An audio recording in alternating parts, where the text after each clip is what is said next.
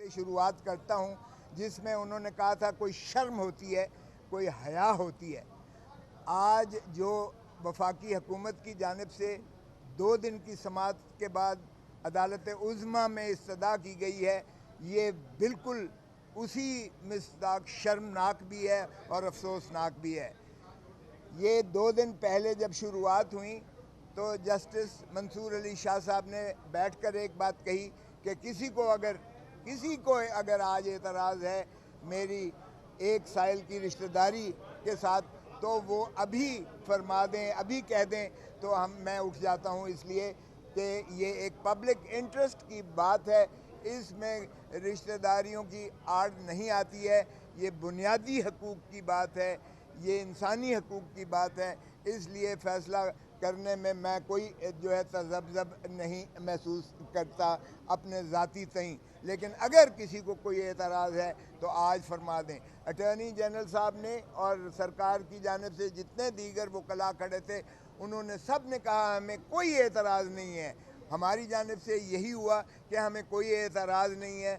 आज मुल्क जो है जिस अज़ियत और कर्ब से गुज़र रहा है, उसकी बेहतरीन तरीका हल यही है कि इस पटिशन का फ़ैसला कर दिया जाए।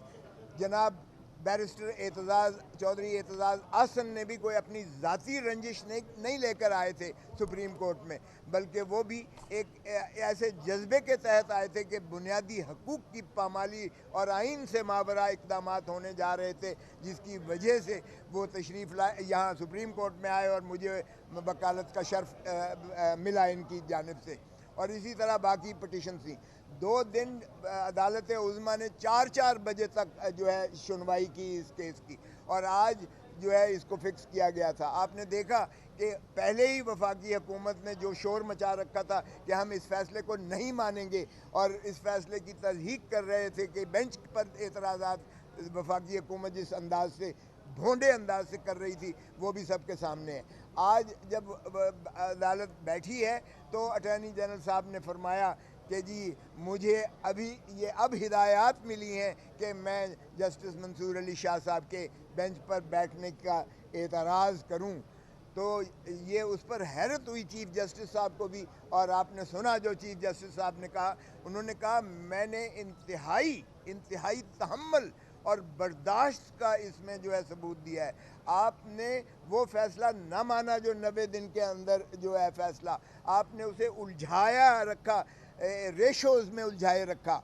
आप किसी एक ने नहीं कहा कि 90 दिन का आइन में मुंदरज नहीं है कि इलेक्शंस होना करार पाए हैं। आपने सरीहन तौहीन अदालत की उज़्मा की, और फिर भी हमने जो है बहुत तहम्मुल और बर्दाश्त से रेस्ट्रेंट का जो है मुज़ाहिरा किया। आज आपने इंतहा कर दी। इस पर मैंने भी खड़े होकर कहा, मैंने कहा ये पाकिस्तान के लिए एक बहुत ही भयानक और बहुत डार्क डे मुतसव्वर होगा पाकिस्तान की तारीख़ में। अदलिया की तारीख़ में भी ये एक स्याह दिन के तौर पर लिया जाएगा। वफाक पाकिस्तान की भी जो है इसको तबाही के दहाने पर ले जाने की ये काविश है जो हुकूमत कर रही है। वज़ीर आज़म की जानिब से ऐसा एतराज़ आए हमें, और दूसरी जानिब से भी उन्होंने कहा कि हमें जहाँ तक मंसूर अली शाह साहब की ज़ात का ताल्लुक़ है, उन पर, उनकी इंटेग्रिटी पर, उनकी अहलियत पर, उनके जज्बे पर किसी को कोई शुबा और वो नहीं है। ये वफाक की जानिब से भी कहा गया। अटॉर्नी जनरल ने भी कहा।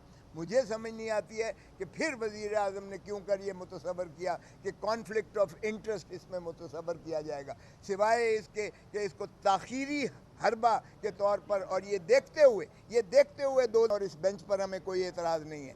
इसके कहने के बाद ये उससे वापस नहीं जा सकते हैं। उस बात को जो इन्होंने की थी उसका ये यू टर्न नहीं मार सकते हैं। और 2 दिन की समाअत के बाद आज इनको यकदम इल्हाम हुआ है कि मंसूर अली शाह साहब को जो है एतराज़ किया जाए, तो ये वाज़े इस चीज़ की गम्माज़ी करता है कि ये इन्होंने इस अमल को नाकाबिल दिफा समझते हुए अपने ख़िलाफ़ फ़ैसला आने की जो है बिल्कुल एक नबिश्ता दीवार समझते हुए इन्होंने ये ऑब्स्ट्रक्टिव डिवाइस अडॉप्ट की है, जिसकी मैं समझता हूँ वज़ीर आज़म की शदीद मज़म्मत करते हैं, और वकला ला महला इसको जो है वो बर्दाश्त नहीं करेंगे कि इस तरह के एतराज़ात सुप्रीम कोर्ट में वफाक की जानिब से किए जाएँ। और अवाम पाकिस्तान की कर्ब और अजियत में इस तरह इजाफा किया जाए। ये बेचैनी, ये सरासीमगी सिर्फ इसी वजह से है कि ये अदालतों को फ़ैसले नहीं करने दे रहे हैं और अदालतों के फ़ैसले की तस्दीक करते हैं, और ये जो है बुनियादी हकूक़ की इस तरह से पामाली करते हैं, और आइन को इन्होंने रद्दी की टोकरी बनाकर ये ज़ियाउल हक की तरह इन्होंने जो है नोक पर रख कर बखेर दिया है हवा में। बहुत देखें, ये तो हुकूमत ने एतराज़ लिया है, फेडरल गवर्नमेंट ने। नहीं, ये तो हुकूमत कर रही है। देखो, हुकूमत सब कुछ इस्टेब्लिशमेंट में तो नहीं डाल सकती। ये तो बड़े लंगड़े बहाने हैं कि जी इस्टेब्लिशमेंट कर रही है अमेरिका। भाई आप ना, आप इस्तीफ़ा दो प्राइम मिनिस्टरशिप से, आप इस्तीफ़ा दो।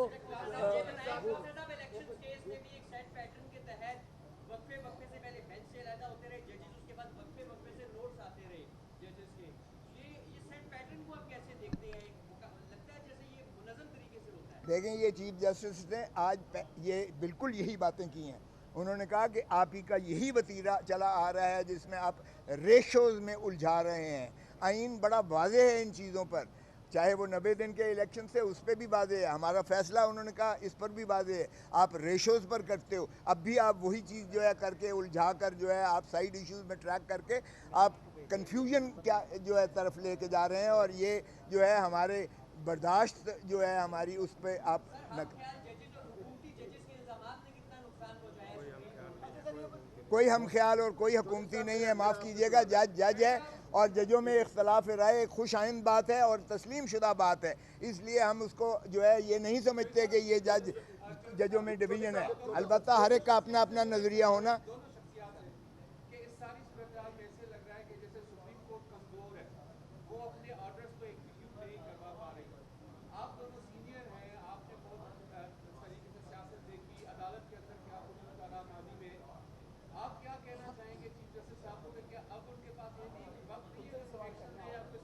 इसका जवाब चीफ जस्टिस साहब ने खुद दिया है।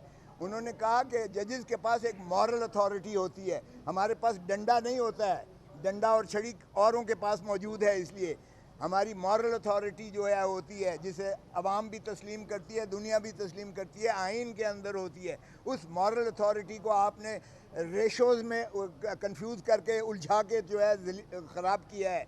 हम आइन पर अमलदारी करते हैं, हम किसी के जवाब देने हैं, इसका जवाब खुद चीफ जस्टिस साहब ने दे दिया है। इसलिए हुकूमत को होश के नाखुन लेना चाहिए कि खुदारा इसे सरजमीन बेआइन ना बनाइएगा। मैं एक ज़रा इजाफा इनके कर, सुप्रीम कोर्ट क्या कर सकती है जो सुप्रीम कोर्ट को करना चाहिए? सुप्रीम कोर्ट एक चीज़ नहीं कर सकती जो उसको नहीं करना चाहिए, वो ये कि वो फिर एक डेट दे दे और क्या इस डेट पे इलेक्शन होगा। ये मानने को तैयार नहीं होंगे, ना चीफ इलेक्शन कमिश्नर, ना फाइनेंस मिनिस्टर, ना डिफेंस मिनिस्टर, ना इंटीरियर मिनिस्टर। ये कोई रिसोर्स वसाइल नहीं देंगे इसकी खातिर। ये कहेंगे वो होंगे इलेक्शन तो 8 अक्टूबर को होंगे, तो आप 8 अक्टूबर को भी नहीं कराएंगे। सुप्रीम कोर्ट को चाहिए ये अगर अमली इकदाम नहीं लेते इलेक्शंस की तरफ, और ये इस तरह की बोतान अंगरेजी करते हैं, और इसने उन्होंने बहुत सारी की है। पहले वो जो जलसा किया इन्होंने सुप्रीम कोर्ट के गेट के बाहर, और मरियम बीबी ने भी और मौलाना फजल रहमान ने भी हरका सराई की। इनको चाहिए, सुप्रीम कोर्ट को चाहिए सेल्फ एग्जीक्यूटरी ऑर्डर्स पास कर। एक ये कह दें ये इन्होंने तौहीन अदालत की है, इनकी जो जवाब है और इनके जो पिटीशंस हैं और इनके जो जलसों में तकरीरें हैं वो बजाते खुद तौहीन अदालत है। उसका नोटिस दें। अगर ये पेश नहीं होते कि हम इस बेंच को रिकग्नाइज नहीं करते, तौहीन अदालत में कन्विक्शन का फैसला दे दें। दूसरा फैसला दें कि ये तौहीन अदालत कर दें कि बायस ये डिस्क्वालीफाई हो गए। मैं देखता हूँ कौन सा ये इनमें से कौन सा जो डिस्क्वालीफाई हुआ होगा वो अपनी नॉमिनेशन पेपर भी दे सकेगा। वहाँ मुखालिफ उम्मीदवार वहाँ आके उसका पहरा देंगे सुप्रीम कोर्ट के फैसले का, और इनको पता लग जाए सबको डिस्क्वालीफाई करे सुप्रीम कोर्ट। इसमें कोई सुप्रीम कोर्ट का एग्जीक्यूशन कराने की ज़रूरत नहीं है। ये खुद जो इनके मुखालिफ उम्मीदवार होंगे वो इनको वो वहाँ झगड़ा करेंगे, इनको दाखिल नहीं करने देंगे कागज। तीसरी बात, इनको कॉस्ट डालें, 5-5 करोड़ का जुर्माना करें। आखिर मैंने फीस ली है चौधरी साहब से मेरी